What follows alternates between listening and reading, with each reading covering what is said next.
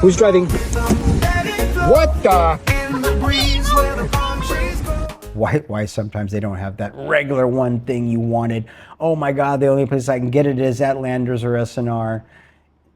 Yeah, you can, maybe for a month, and then it's gone for 2 months, right? And would you like to all be served at the same time?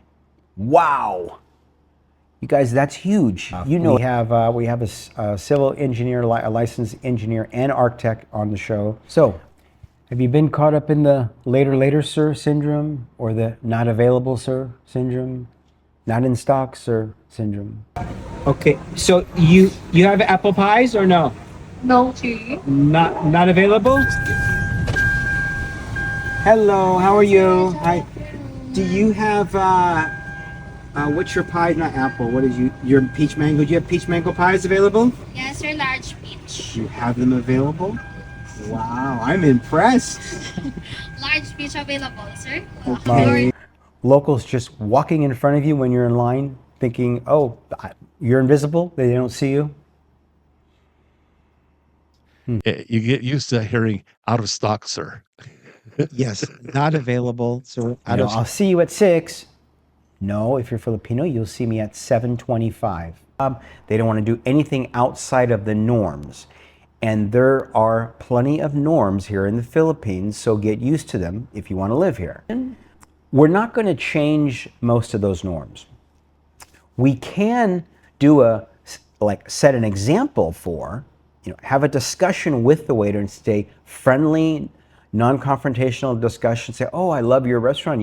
Yeah, I go to one in the UK, or we have one in Germany or Canada or the US. It's kind of like this. And yeah, you know what we do? We actually give each person their own menu. Yeah, and you know what we do? If they don't want the bacon with the eggs and potatoes, we offer them a solution, an alternative." Now, that's not us trying to change the way that they're doing their daily operations, okay? That's just sort of slipping in there covertly that, hey, it might be something to try. Plant the seed. Because the more that they operate on that basis, and it's not just a Western style basis, it's a lot of restaurants and a lot of countries will do that. Especially in France, they have certain ways that they serve food, and of course certain ways that they cook food, and certain things you are not allowed to put on your food. Certain condiments, you're not allowed to put on your food, or you'll be frowned upon.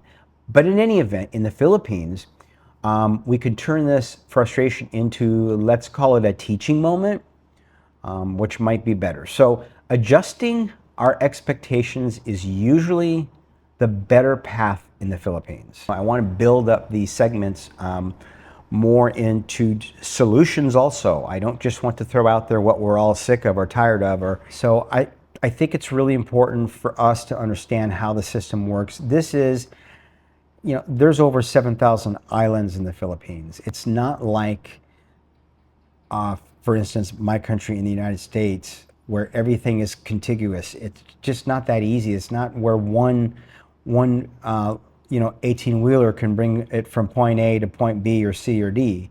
It's much different here. And I know some of us YouTubers actually own a restaurant, and they've talked about stuff like this. So it does explain about the supply chain and how that all works. Our cultural nuances that bother foreigners, and why a certain percent of us leave. We're going to talk about a lot of that stuff today. Also, that's going to talk about logistics in their industry, in the building industry. For those of you who are considering building or already are building. So I started as a consulting architect at San Carlos City. So I designed a 5,000 seating capacity stadium. Oh, yeah, I'm the one. And we have another guest. Jane is on the show. She'll be interviewing me with questions about that stuff, about a lot of. How does it make you feel when vendors assume you're wealthy just because you're not Filipino? Yeah, that's such a myth here. Turn the camera over to our family. I want them to say hi to the audience. Yeah, sure. So let's say hi. This is William's wife, Hi. Rochelle. This is their daughter Ella. Hi, and this is you know my wife. Ah, yeah, my wife. She thinks she's so shy. Yeah, okay. Oh, Ella, look at the baby. The theme of it is later, later, sir, and why can't I just order my eggs my way? So it's about cultural nuances, and there's a lot of those out here. There's a lot of those that us expats have to adapt to, or simply just go to a country that can adapt to us, or we can adapt to them. But today we're talking about the Philippines, and so have you ever heard? Every time I ask for something simple, okay, like just let me have the number one, which comes with eggs, bacon, and hash browns, but I don't want the bacon. Just leave the bacon up. I get out. Sorry, sir, we cannot do that. And a lot of us get confused by that, okay, because we're kind of used to the Burger King way, right? We make it your way, have it your way type stuff. Well, a lot of the restaurants, the restros, the eateries, they don't do it that way. Even the chain restaurants, even the Western style chain restaurants, some of those even don't do it. Because I know a lot of expats shop at S&R and Landers, and I know there's a few more now, big box stores, they're coming in. And even they don't have all the brands. As we were talking about, there's a certain milk, keto milk, that the only store I can find it in was S&R. No one else has it, right? Well, they don't have it anymore. I'm like, why? Well, and I asked the manager, why? Well, our supplier, if they don't ship it to the supplier, on the 3 boats, the two trucks, the ferry, all this other stuff, then we don't get it and we don't have it. So it's almost like a seasonal thing. Yeah, because Philippines is an archipelagic country. It's made of 7,000 more islands. Yes. You see, you don't just get it easy by way of a truck or something like that. You go on board to the boat, going to one island to another island. See. Yeah. So we're going to dive into solutions and ways to handle this so we don't get so frustrated and they get the customer that they want and we get the servicer that we want, and we can come together without any problems, seamless, and get our orders. And this is just not for food, okay? This goes for a lot of things. We ask if something is ready, whether it's a delivery, a tricycle delivery or a Shopee or even a haircut. When can I sit down and get, I've been here 30 minutes, when can I have a haircut? And usually the answer is later, later, sir. We'll let you know, later, later. So, and I know most, if not all, expats have experienced this. So we got to understand that this is not due to laziness in most cases, It's not. It's they don't want to overpromise us something. Okay, sometimes they'll say, for a while, let me check.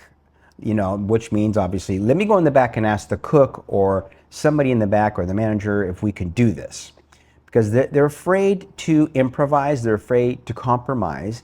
Sometimes those fears are justified. Sometimes it's for, they maybe just started there. They don't want to lose their job. The guardrails are on both sides and they're pretty high. And locals will not go outside of those if they're in the service industry. So according to the Philippine Statistics Authority, the PSA, there's over 2.5 million food service and hospitality workers in the industry.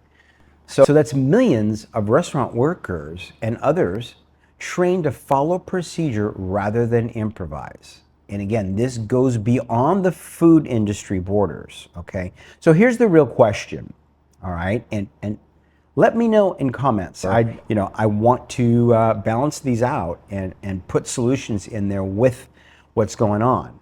So the question is should we foreigners adjust and go with the flow, or should we push for the Western style service we're used to and risk clashing with local norms? You guys, I'll give you my opinion, and he's the one we actually bought our property from in Bago. So he's also the one who's designing the new subdivision out there. Yeah. So and he's a dear friend of ours, and his wife and his daughter are at the other end of this table, which I'll show you later, and my wife is there speaking to her. So William, today I just want you to just introduce yourself first, and you can look into the camera, you can look at me, either way is fine. Well, It doesn't matter. So, hello, I'm William Malot. I'm a licensed architect, and I'm almost practicing architecture 10 years. You know, people think if they're not locals that anybody from the U.S., from Germany, from from the U.K., they think they all have money. We don't. We don't all have money. What's going on is that we come to a country where it's more affordable. So as opposed maybe to somebody buying one item for $300 US, they sell it here for 600 pesos. Well, that's a deal to us. It doesn't make us rich. It just means our money goes further. So, Took in charge with the renovation of the public market. We renovated it. Everything we do, scale model, all that stuff, architecture stuff. and did you go to school here in the Philippines for that? Yeah, here I finished at the LCC. I graduated in architecture in LCC. All right, great. Yeah, just right here in Bacolod. Great.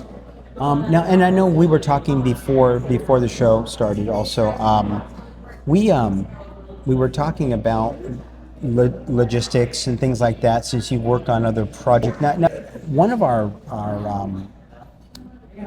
our issues with a lot of us foreigners that come out here is, well, we all know our patience run short sometimes because we're so westernized and we're so used to things happening yesterday.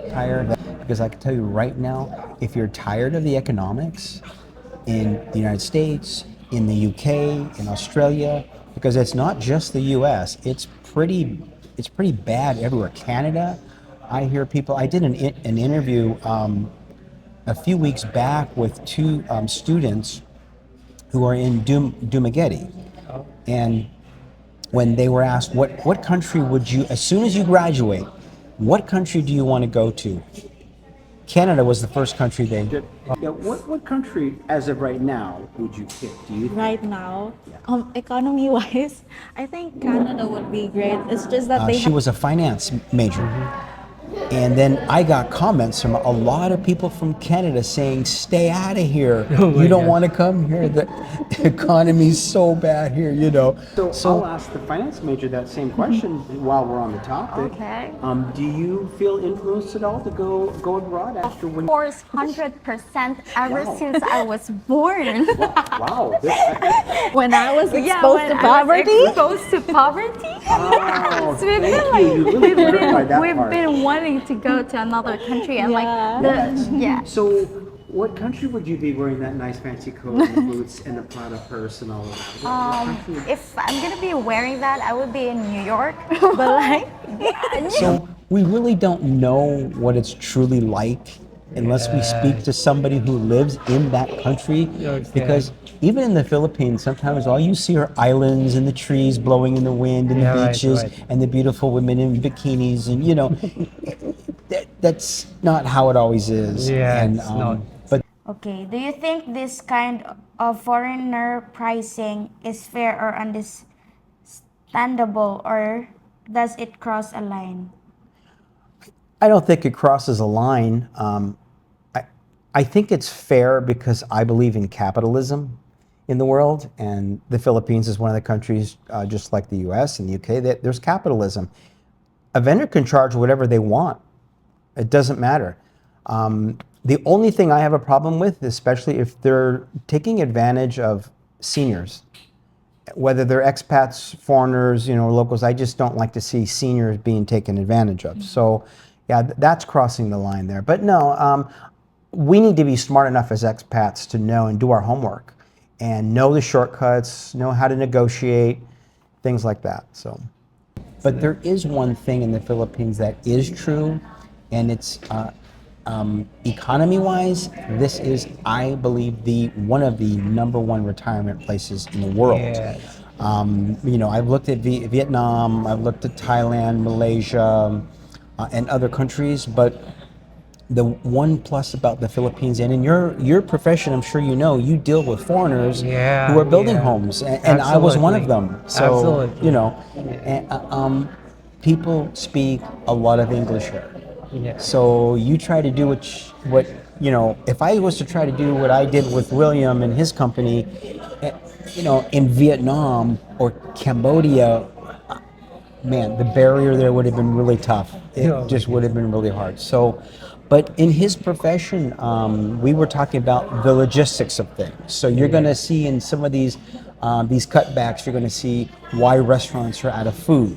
Yeah. Why some days they have something, some days they don't. Yeah. Well, it's the same in his industry, in William's industry. And for example, he was doing a project in Boracay, and I'll let him just briefly kind of explain how the shipping, the logistics were there of that. So. Yeah. Also, Okay. Why do you think local charge more to foreigners in places like barbershop, retail stores, wet markets, airports, and etc.? Because they know what we pay in our country of origin. They know that, like, for instance, I go and I get my haircuts a lot at the barbershop at the mall, okay, in Bacolod. I know when I go in there, it's a set amount. It's 300 pesos no matter what, you know. If I go to one of the local barbers, you know, on the side of the street, usually that's where you get the price fluctuation up and down, depending on what color skin you have, depending on where you're from.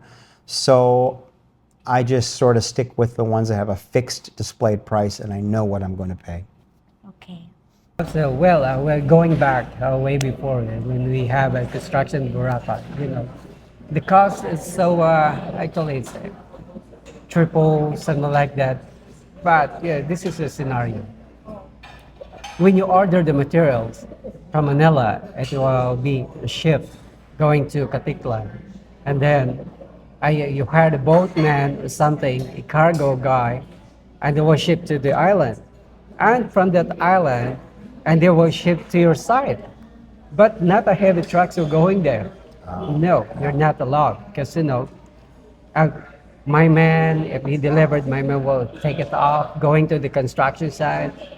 You know, you carry it by your hands. Physically carrying physically. things. It's just like, imagine it. It looks like we're just an ant carrying all the sack of bags of cement, something like that, aggregates. And yeah. We finished the building for almost 2 years. Yeah. With only one bagger mixer. One bagger mixer? Yeah, for almost that. Imagine a half an hectare of area, just 5,000 square meters, 4-story with with a lapping pool upstairs. One bagger mixer, you see that on a residential property, right? We finished. I mean, no heavy equipment can go there.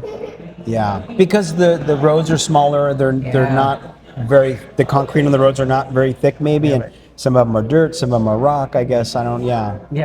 Absolutely.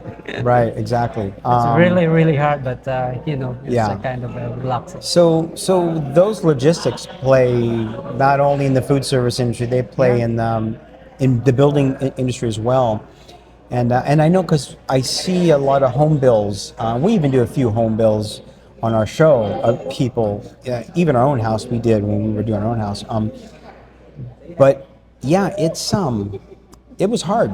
It was hard. William's the one that built the road. Okay, you guys. He built I would say at least, what was it, 500-600 meter long private, you know, road, kind of windy to go through the rice fields to the front of our property.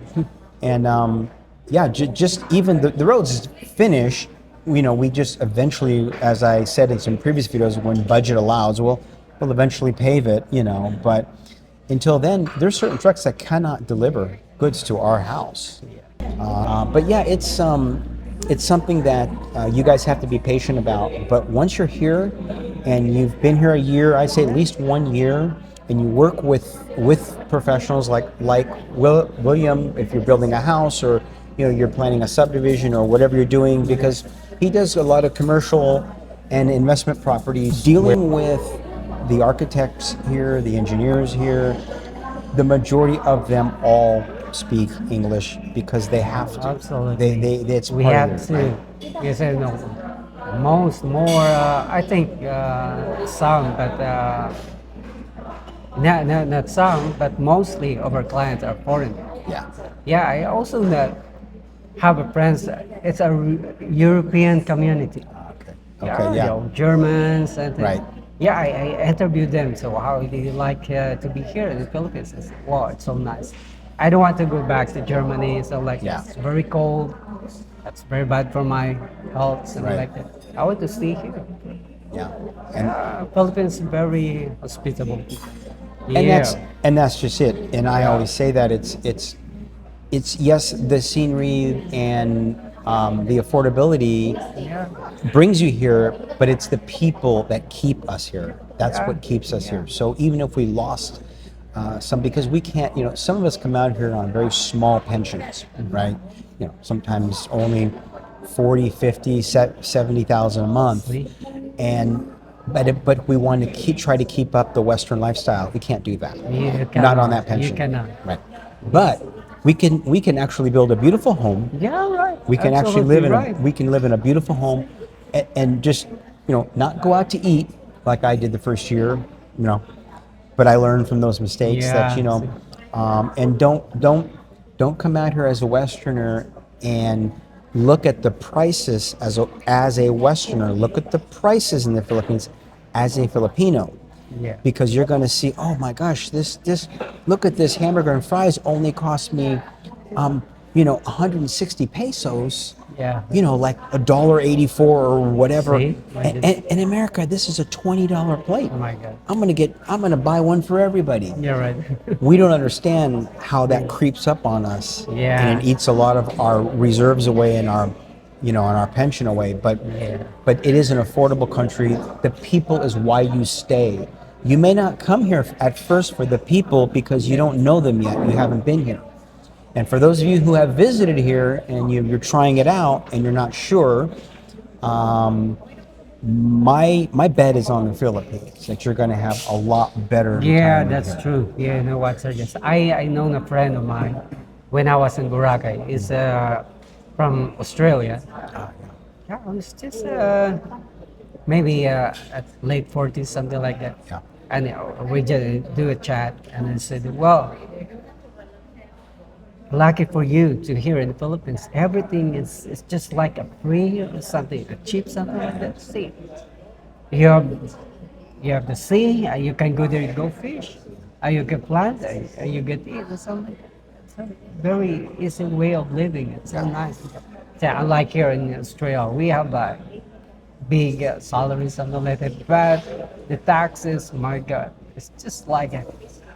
I've heard that from Australians too. Yeah. It's just like 70% you got it from us. My God. Can you imagine that? 70%? Yeah. Out of every 100 pesos you earn here, 70 pesos would go to the government. Can you imagine that? You just left at 30 bucks. How do you live? I You mean, cannot. and and the minimum daily wage is going up slowly here. It does. It goes up, and it is livable. But like service workers in the industry we're in, where we're at right now, the hotel service workers and stuff, they may not make a large salary, but they do pretty well on their tips. Yeah, they do pretty well on tips. So, and I know different people tip differently. It depends where you're from. Yeah, absolutely. So the U.S. people tip differently than the U.K. Yeah, well, So on and depends so on their economy or something, kind of living. Yeah. Would you rather pay a fair flat rate everywhere, even if it was slightly higher, or deal with this unfair pricing culture? That's a good question. Well, no, I really don't think I'd rather pay a flat fare everywhere. Then I might as well just move back to a country like the U.S.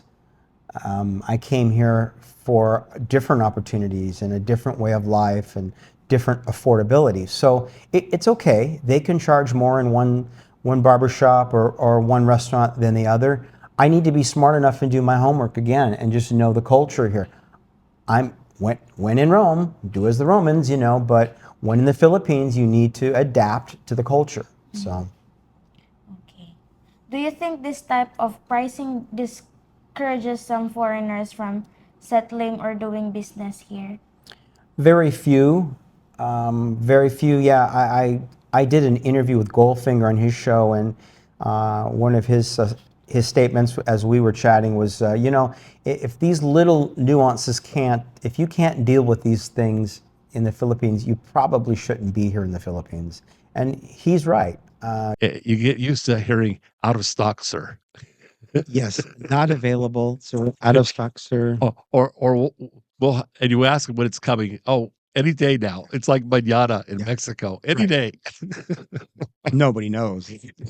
So, you know, you gotta deal with life here. And if you have trouble dealing with little problems, this is not the place for you. Okay. No, you know, we need to learn the ways of the Philippines. So.